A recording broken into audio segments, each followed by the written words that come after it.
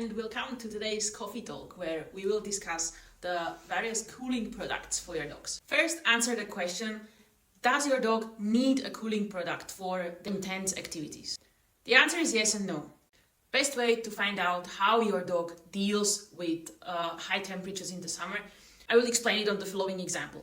Let's say it's 6 p.m. and you have scheduled an agility training and it's still like 28 degrees outside. So you train with your dog. After the training, you usually have like these dog pools, which are filled with cold water. You send your dog inside. You cool them a little bit from under their chest and on the inner part of their thighs. Then you take your dog and you go for a cool down walk. After the cool down walk, your dog should be panting naturally, which means no tongue hanging sideways, and also you shouldn't see like that their upper lip is pulled more up than usual. This means that you're seeing more of their front teeth. This means they are trying to expose a larger area of their gums and of their tongue in order to cool down more effectively. These are usually signs that your dog might be at the risk of overheating. So if your dog is panting naturally, you're good. If you see any of these signs, you will probably need cooling products for your dog if you want to keep doing intense activities in the summer months. At this point, I would like to say that cooling products are not a guarantee that your dog is not at risk of overheating anymore. I understand there might be some situations where you cannot avoid intense activities in hot temperatures, and this is where the cooling products will help you.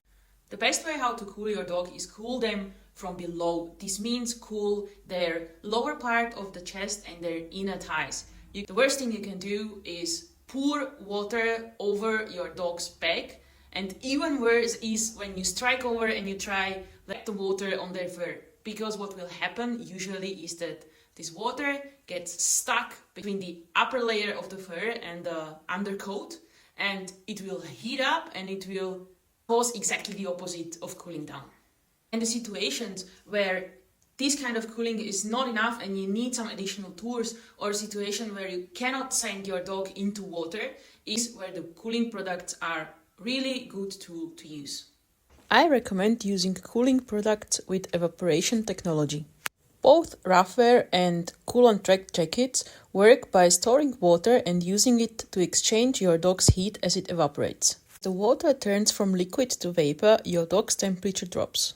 The 𝗁cie𝗱𝗆 products are products that I recommend for a short-term usage. So, for example, if you need to cool your dog between the agility runs, or if you have an older dog and you need to take them for a short walk and they are struggling with high temperatures, you can use these 𝗁cie𝗱𝗆 products like jackets or towels.